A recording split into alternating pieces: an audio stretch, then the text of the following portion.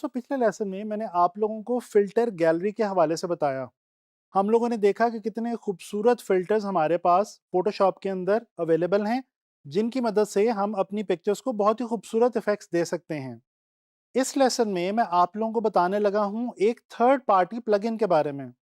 दोस्तों, third party plugin का मतलब ये है कि ऐसे फ़िल्टर्स या ऐसे इफ़ेक्ट्स जो कि फ़ोटोशॉप में वैसे नॉर्मली तो मौजूद नहीं होते, यानी कि बाय डिफ़ॉल्ट नहीं होते, लेकिन इनको आप बहुत ही आराम से गूगल वगैरह से डाउनलोड करके फ़ोटोशॉप के साथ इस्तेमाल कर सकते हैं और इनकी मदद से बिल्कुल उसी तरह जैसे फ़ोटोशॉप की फ़िल्टर गैलरी हमने देखी, हम इन्हीं सॉफ्टवेयर्स की मदद से भी, इन छोटे-छोटे प्लगइन्स की मदद से भी बहुत खूबसूरत इफ़ेक्ट्स जो हैं वो फ़ोटोशॉप के लिए हासिल कर सकते हैं।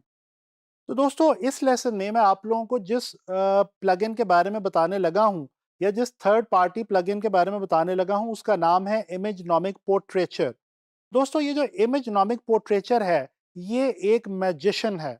मैं इसको मैजिशियन इसलिए कह रहा हूँ क्योंकि ये ऐसा प्लगइन है, ऐसा फ़िल्टर है जिसकी मदद से हम सिर्फ़ एक सिंगल क्लिक की मदद से अपनी पिक्चर को नीट एंड क्लीन कर सकते हैं। आप इस वक़्त स्क्रीन के ऊपर एक इमेज देख रहे हैं, ये एक फीमेल फेस का इमेज है, एक पोर्ट्रेट है फीमेल। आप देख सकते हैं कि स्किन के ऊपर कुछ प्रॉब्लम्स हैं। हम इमेजनॉमिक पोर्ट्रेचर की मदद से इस लेसन के अंदर इस पोर्ट्रेट को ट्रीट करेंगे और डिफरेंट इफ़ेक्ट्स लगाने की कोशिश करेंगे।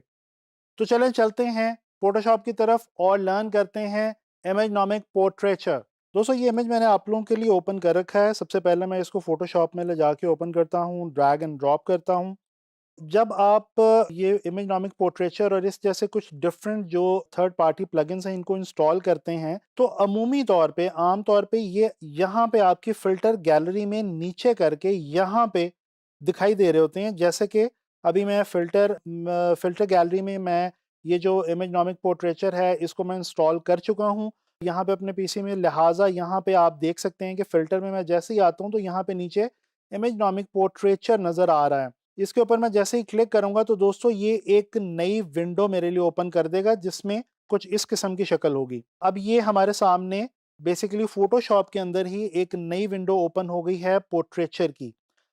अच्छा दोस्तों, इसका थोड़ा-सा मैं आपको जल्दी से एक इंटरफ़ेस के हवाले से इन्फॉर्मेशन देता हूँ। लेफ्ट साइड पे यहाँ पे ये आपके पास कुछ वेरिएबल्स हैं, कुछ ऐसी वैल्यूज़ हैं जिनको आप खुद से चेंज कर सकते हैं। यहाँ पे कुछ बाय डिफ़ॉल्ट सेटिंग्स दी गई हैं, जो कि ऐसी सेटिंग्स हैं कि जिनकी मदद से आप जस्ट सिंगल वन क्लिक से आप अपने इमेज को साफ़ कर सकते हैं, नीट क्लीन कर सकते हैं और खूबसूरत बना सकते हैं। इसके अलावा ये हमारे सामने हमारा जो इमेज वाली विंडो है, जिसमें हमारा इमेज हमें नज़र आ रहा है। यहाँ पे 3 बटन्स हैं, इन पे ज़रा गौर कीजिएगा। अगर मैं इस बटन पे क्लिक करता हूँ, तो ये मुझे सिर्फ़ मेरा एक इमेज दिखाएगा। अगर मैं इस वाले बटन पर क्लिक करता हूँ तो ये बिफोर ऊपर आ रहा है और आफ्टर नीचे आ रहा है, यानी कि जो भी इफेक्ट होगा यहाँ पे क्लिक करने से वो यहाँ पे हमें इस वाली विंडो में नज़र आ रहा होगा और यहाँ पे हमारा ओरिजिनल इमेज इस वाली ऊपर वाली विंडो में हमें दिखाई देगा। बिल्कुल इसी तरह से अगर मैं इस वाले बटन पर क्लिक करूँ तो ये देखें, यहाँ पे ये जो है ये बिफोर वाली विंडो है और ये जो है ये आफ्टर वाली विंडो है। यानी कि यहाँ पे मेरा ओरिजिनल इमेज दिखाई दे रहा है और यहाँ पे वो इमेज दिखाई देगा जो मैं बेसिकली यहाँ से अचीव करूँगा। अच्छा जी, इसके अलावा यहाँ से आप जनाब अली अपने इमेज को जो है वो ज़ूम इन और ज़ूम आउट कर सकते हैं। जिस तरह से ये आप देख सकते हैं, मैंने इस वक़्त इसको 100% जो है वो ज़ूम इन कर लिया है। इसी तरह से मैं इसको यहाँ से ज़ूम आउट भी कर सकता हूँ।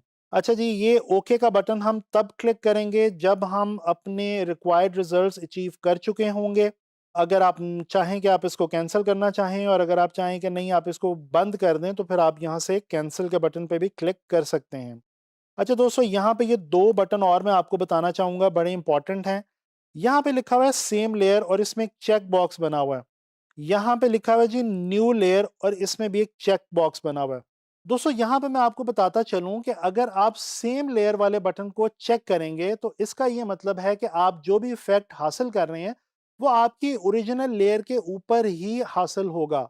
जबकि इसके अलावा अगर आप न्यू लेयर वाले बटन को चेक करते हैं, तो दैट मीन्स कि आपका जो फ़िल्टर है वो एक नई लेयर में, यानी कि आपकी ओरिजिनल लेयर को डुप्लिकेट करके उसके ऊपर अप्लाई होगा।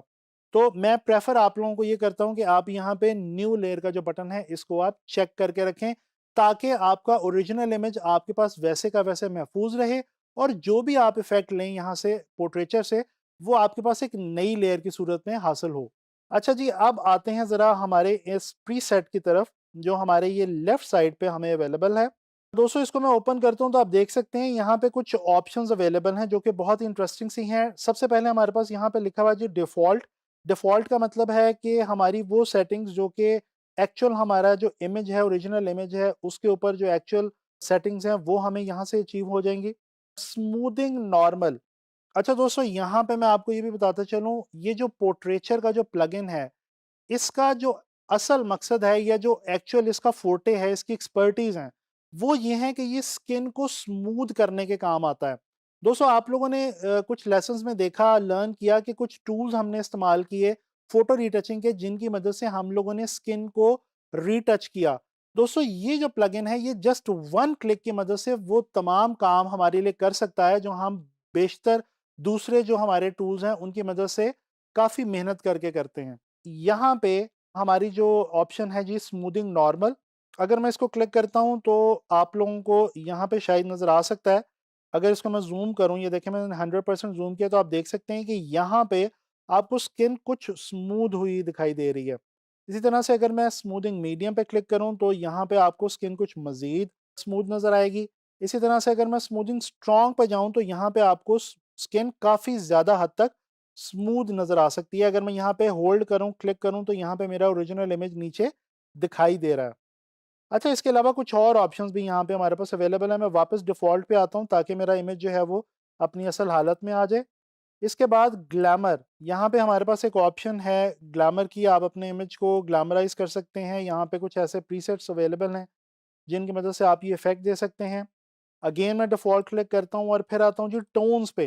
दोस्तों ये भी एक बहुत ही इफ़ेक्टिव और बहुत मज़ेदार हमारे पास ऑप्शन है। ये हमारे पास वो ऑप्शन है जिसकी मदद से हम अपने इमेज के अंदर जो कलर टोन्स हैं, या वो एनहांस कर सकते हैं। यानी कि स्किन तो स्मूथ होगी होगी, लेकिन उसके साथ-साथ कलर टोन्स भी जो हैं, वो भी काफ़ी हद तक इम्प्रूव हो जाएँगे। इसके अलावा हमारे पास ये हाई की एक ऑप्शन है और ये हमारे पास एक लो की ऑप्शन है। तो ये डिफरेंट ऑप्शंस हम डिफरेंट हालात में जो है वो इस्तेमाल कर सकते हैं। अच्छा, इसके अलावा अगर हम यहाँ पे नीचे आ जाएँ, यहाँ से मैं इसको नॉर्मल जो है वो क्लिक कर लेता हूँ, या चलें इसको मैं यहाँ से डिफ़ॉल्ट रखता हूँ और अब मैं यहाँ से आपको कुछ ये वाली ऑप्शंस बताना चाह रहा हूँ जो कि हम खुद से चेंज कर सकते हैं, वेरिएबल्स। सबसे पहले हमारे पास यहाँ पे मौजूद है जी स्मूथिंग।